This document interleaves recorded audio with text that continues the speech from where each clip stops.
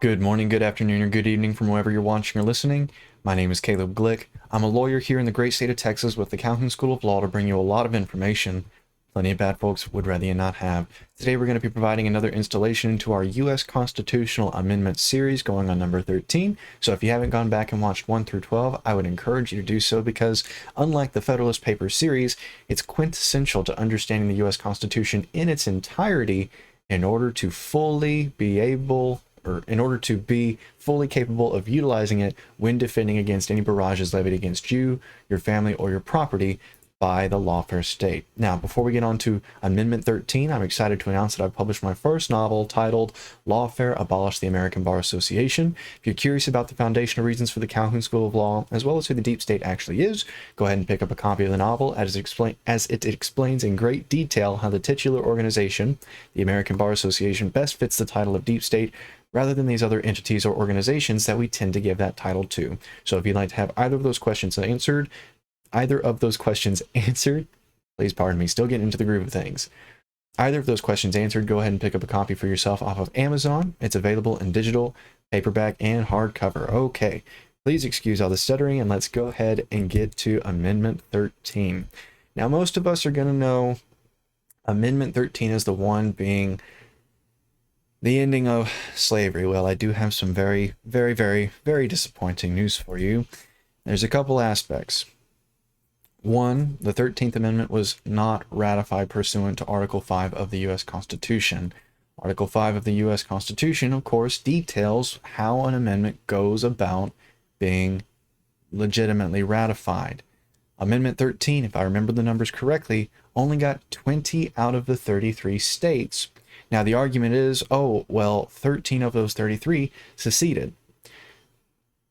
Well, now you're coming into conflict with what the Supreme Court said, because the U.S. Supreme Court in Texas v. White said, actually, the states never left the Union and were always subject to Union jurisdiction, which is why the Supreme Court could rule over Texas in the Texas v. White case before Texas was ever readmitted into the Union, of course, post ending of the war between the states. So are we going to side with what the U.S. Supreme Court said in Texas v. White, where it says actually the 13 states didn't leave the Union? Or are we going to say that they were not part of the Union so that way we can believe that Amendments 13, 14, and 15 were legitimately ratified by the 20 states that were currently in the United States of America? You have to choose one or the other. Either the 13th, 14th, and 15th Amendments stand, or the Supreme Court was incorrect in ruling, or was incorrect in their ruling over or within Texas v. White. Okay, there's another aspect, but I'll detail that to you once we read through Article or Amendment 13. So it was passed by Congress January 31st, 1865, ratified December 6th, 1865. A portion of Article 4, I don't know why it took me so long to read that, Article 4, Section 2 of the Constitution was changed by the 13th Amendment. So Amendment 13, Section 1 says, neither slavery nor involuntary servitude, except as a punishment for crime whereof the party shall have been duly convicted, shall exist within the United States or any place subject to their jurisdiction. Section 2 says, Congress shall have power to enforce this article by appropriate legislation.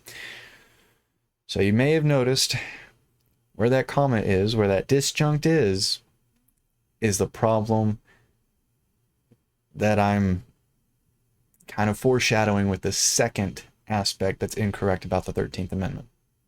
So in public school, I was taught, and the public education curriculum demands that it be taught that the 13th Amendment ended slavery. If there is an exception clause, is that total abolition of whatever that exception clause is making an exception for? No. Because now it's providing an instance in which that abolished practice is actually permitted. So when is slavery or involuntary servitude permitted? Well, it's permitted when someone is it is permitted as a punishment for crime whereof the party shall have been duly convicted.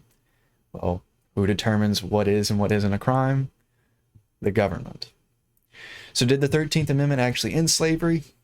No, it just reserved the practice of it to the government. Why? Because the government determines what crime is, and if slavery is a permitted punishment for a crime, whenever you've been duly convicted of committing that crime, then the government by proxy gets to determine when and when you cannot be a slave within these United States. So did the 13th Amendment, did Abraham Lincoln, all of this other public education indoctrination, did it actually happen? Did slavery actually end in the United States of America? No.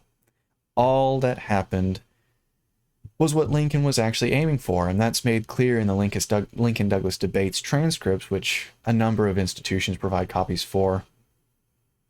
I would highly suggest you get a copy of, because multiple times he articulated to Douglas and to the audience, he had absolutely no inspirations, no ambitions of interfering with the institution of slavery, especially in the southern states. Now, eventually he came out and said, a house divided cannot stand. So he said either all the states have to be slave states or all the states have to be non-slave states. But even with this clause that was the ultimate result, or even with this amendment that was the ultimate result of the war between the states, which most commonly known as the Civil War. The reason I don't use the term Civil War is because they didn't back then.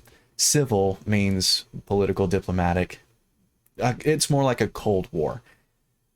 What happened between the southern states and between the northern states was absolutely not diplomatic, was absolutely not a Cold War. It was very heated, and of course a pretty high casualty number, fatality number.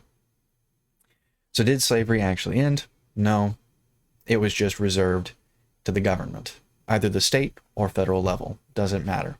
Just got reserved to the government through the 13th Amendment. So let's go ahead and read through it one more time, and then we'll go ahead and wrap it up on the 13th Amendment. Of course, understanding this aspect is going to be very beneficial. Not just that it was implemented and not ratified, and then the aspect, or the fact that it doesn't end slavery.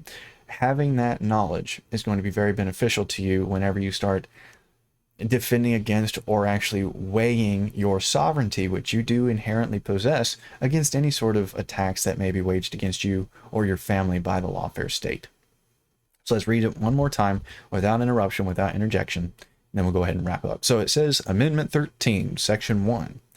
Neither slavery nor involuntary servitude, except as a punishment for crime whereof the party shall have been duly convicted, shall exist within the United States or any place subject to the jurisdiction.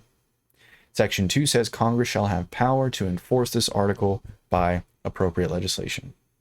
Excellent. So if you have any questions about Amendment 13 or Amendments 1 through 12, go ahead and post those in the comments.